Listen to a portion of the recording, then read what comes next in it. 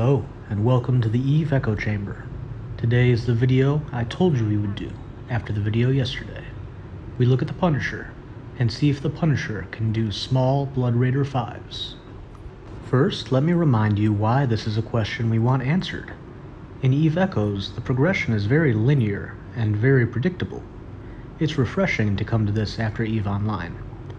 And when we get our ship, we start out with civilian equipment. Then we do low-level encounters and level 1 anomalies. We get Mark 1 equipment. The next upgrade comes from level 3 anomalies, or some more difficult beginner encounters.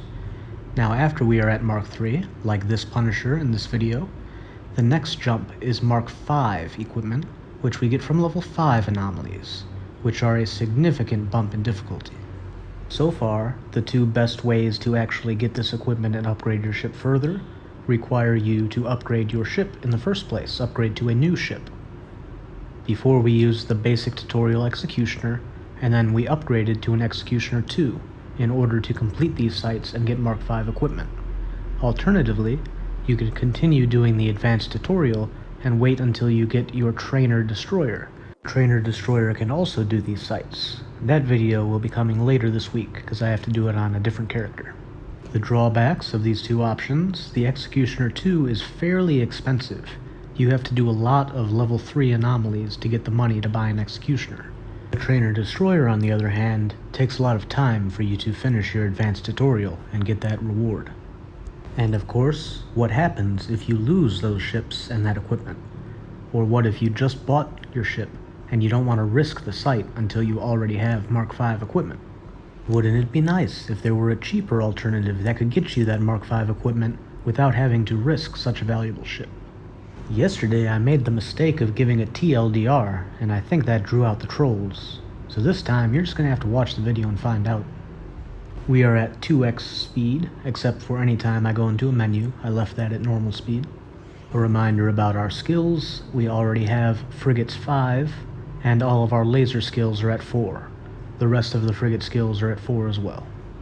Our guns hit out to 11.5 kilometers, and we can run everything for almost 5 minutes. For a frigate, this ship is very big and cumbersome. If you fly it right after you fly your Executioner, you'll notice a big difference. But it is still much smaller and much faster than the Coercer that we used yesterday. This, combined with its much more relevant armor resistance bonus, makes it much safer to run in this site. Something like the Coercer, as I discussed yesterday with its buffer bonus, that's more useful for PvP, where you just want to stay in the fight until one of you is dead, and you have no problem running to a station to repair before you fight anybody else. But when we're doing PvE activities like this, a huge part of the efficiency we get when we're making money is by not having to run away constantly to repair. And of course, repairing costs ISK when you do it in a station. All of the information I gave you yesterday about tanking, and the reason I showed you the ship tree to inspect all of the ships individually and look at their bonuses, is I want to teach you newer players what type of stats you should be looking for when you're choosing a ship for a different activity. Some of the more obvious ones, the one I just explained, that bonuses for active tanking, that would be repair amount or resistance, are better than bonuses for buffer tank, like maximum health. And then any bonus that directly impacts the amount of damage you can do is very valuable as well. Because for the foreseeable future, PvE activities, the AI will be similar to this, where they pretty much just try to fly directly at you. There's not going to be a lot of them trying to kite. They're not going to recognize that you are using long-range weapons. This is part of the reason that missiles are so good right now, because missiles calculate their range differently. My lasers have 11.5 kilometer range, and then they have a little bit more than that fall off. But when it's fall off, we do less damage. Let me try to explain quickly why missiles are so good with the AI like this right now. So when I fire a laser, it happens instantly. Either you are in my range or you are not in my range. Either I hit you or I miss. Missiles do not do their damage right away. Missiles are fired, they travel their maximum range, or until they impact with you, and then they blow up and do damage.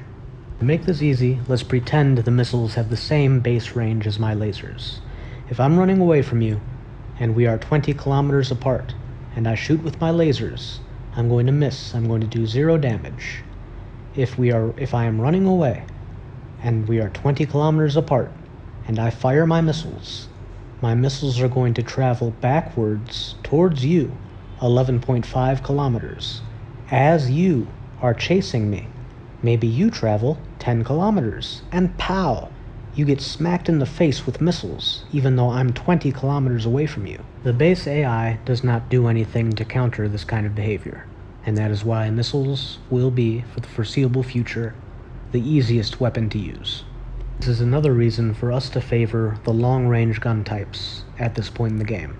In case you have to fight a missile ship, you're going to have no chance of hitting them if they're faster than you, and they kite away from your short-range weapons. If you have long-range weapons, it's easier to get opportunities to damage them. If you are an EVE Online veteran, there are a lot of tactics and special maneuvers you can do, even if you have short-range weapons, in a PvP situation to get into range. But that is not something I can easily explain to you right now, and that's not something you really have to worry about for the foreseeable future.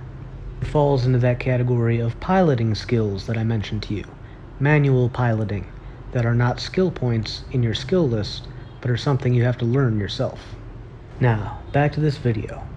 If you've been watching as well as listening to me, there's 2 things you should have noticed by now. Firstly, that we're tanking this really, really well. Even when we're stasis webified, we have no problem tanking the damage our armor repair is keeping up. That resistance bonus is very useful. And secondly, even with 2 times the speed in this recording, this is taking a really, really long time. Because of that fact, I don't actually finish the site. I have better things to do. You have better things to do. We know that this ship can do it. It'll just be very slow. It won't be as efficient. But if you are in a dire situation where you need to do a Mark V site with a Mark III ship, this one can do it. The inherent active tanking bonuses are what definitely seal the deal, along with the smaller sig radius, making it harder to hit. Verdict: can the Punisher run a small 5? It can, but ain't nobody got time for that. Now as for you heathens and savages that are not flying glorious golden Amarr ships, let's take a look at the ship tree, and take a look at your tier 3 frigates. Because of missiles being OP as we discussed, yes, the Kestrel can do it. And because of missiles being OP as we discussed, and that awesome shield booster bonus, yes, the Breacher can do it. That leaves Galente, and what the hell is that? Assuming you have good drone skills, the Tristan can do it as well, but similar to the Kestrel, it's going to be a lot of kiting. You're going to be avoiding damage by being far beyond their maximum range. You're going to need to have very good drone skills. And those are my conclusions. If you blew up your ship horribly, or if you are too scared to risk your brand new ship until you already put Mark V equipment on it, I suggest you grab one of these tier 3 frigates, slap on all of your Mark III equipment, and take your time. See if you can get through a Mark V small. Thank you for watching. This has been the EVE Echo Chamber. Fly safe.